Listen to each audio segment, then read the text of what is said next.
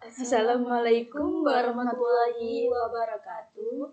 Perkenalkan, nama saya Istiqomah Britno dari kelas 11 TKV 1, nomor absen 15.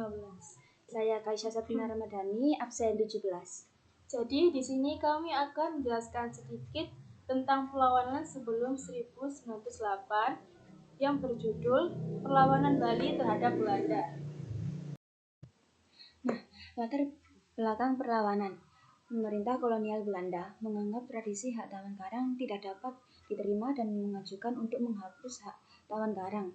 Atas bujukan Belanda, raja-raja di Bali dapat menerima perjanjian untuk menghapus hukum tawan karang.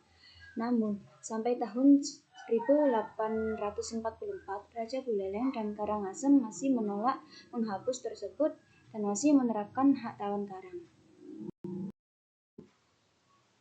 Pada jalannya perlawanan, Belanda datang untuk menyerang Bali pada pertengahan 1846 dan armada Belanda terdiri dari 1.700 prajurit gabungan dari Batavia dan Surabaya yang dipimpin oleh Komandan tertinggi Van den Bosch.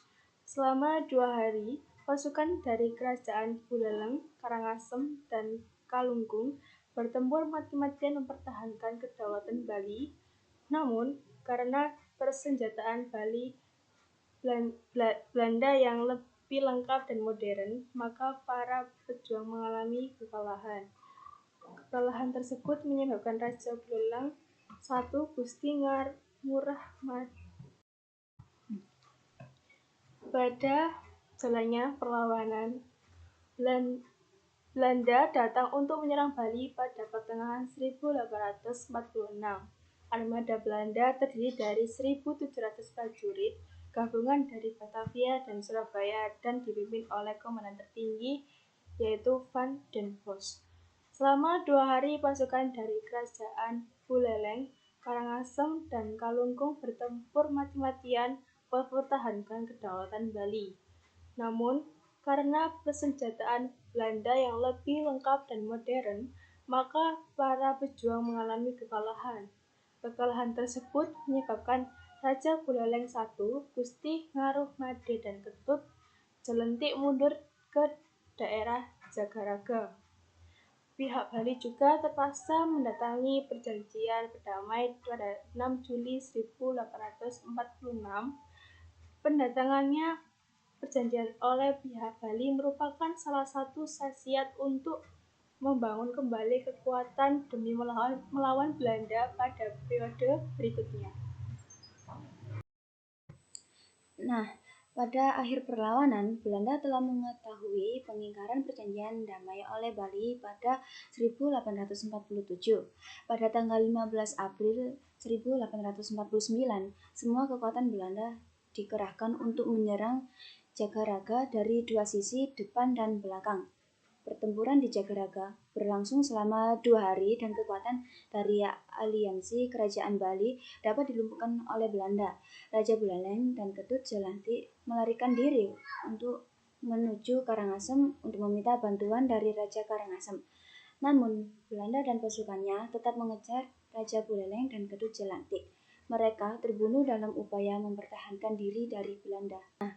Tempat perlawanan rakyat Bali terhadap Belanda adalah di Jagaraga Jembrana. Perlawanan ini terjadi pada tahun 1848 sampai 1849 yang dikenal sebagai Perang Jagaraga. Profil Raja Ketut Jelantik.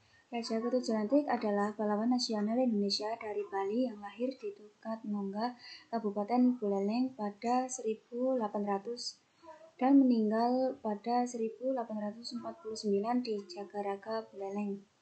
Raja Ketut Jelantik beragama Hindu. Istri Raja Ketut Jelantik yaitu I Gusti Ayu Madegiriya, I Gusti Ayu Kompiang, Gusti Biang Madesaji, dan Jero Sekar. Anak Raja Ketut Jelantik yaitu I Gusti Ayu Jelantik, I Gusti Ayu Madeasasi, I Gusti Bagus Wedatarka. Profil Raja Karangasem. I Gusti Ngurah Madi Karangasem lahir di Puri Agung, Denpasar pada tanggal 5 April 1876. Dia merupakan putra I Gusti Gede Ngaruh Pemecutan atau Idah Sabda Gede Ngurah Pemecutan yang merupakan Raja Bandung kelima. Cara mengatasi dari pihak Indonesia dan pihak asing pada perlawanan Bali terhadap Belanda. Nah, cara Indonesia mengatasi perlawanan Bali terhadap Belanda yaitu dengan cara menjaga beberapa benteng dan tempat-tempat pertahanan di Jagaraga. Bersamaan dengan hal tersebut, Buleleng juga menolak memberikan suplai air dan makanan ke benteng-benteng Belanda. Dan dari pihak asing atau pihak Belanda dengan 3 cara, yaitu yang pertama siasat sumpit urang, yang kedua menyerahkan diri, dan 3 membangun benteng. Nah, nilai yang bisa diperoleh dari perlawanan tersebut yaitu yang pertama cinta tanah air, yang kedua persatuan dan kesatuan, yang ketiga semangat juang, yang keempat rela berkorban, dan kelima adalah pemimpin strategis. Nah, itu tadi sedikit penjelasan dari kami tentang perlawanan Bali terhadap Belanda. Dan kalau ada salah kata dan kurang penjelasannya, kami minta maaf sebesar-besarnya. Kami akhiri. Wassalamualaikum warahmatullahi wabarakatuh.